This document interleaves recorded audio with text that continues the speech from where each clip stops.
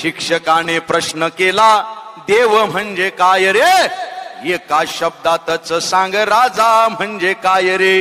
प्रश्न होता तिसरा, तो आगळा ना वेगळा, ज्ञान स्वाभिमान बुद्धिमान म्हणजे काय रे?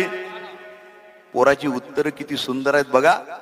देव म्हणजे काय त्यानं फक्त माय लिहिलं.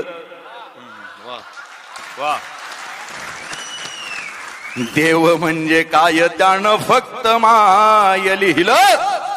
राजा म्हणजे काय त्यानं शिवराय लिहिलं.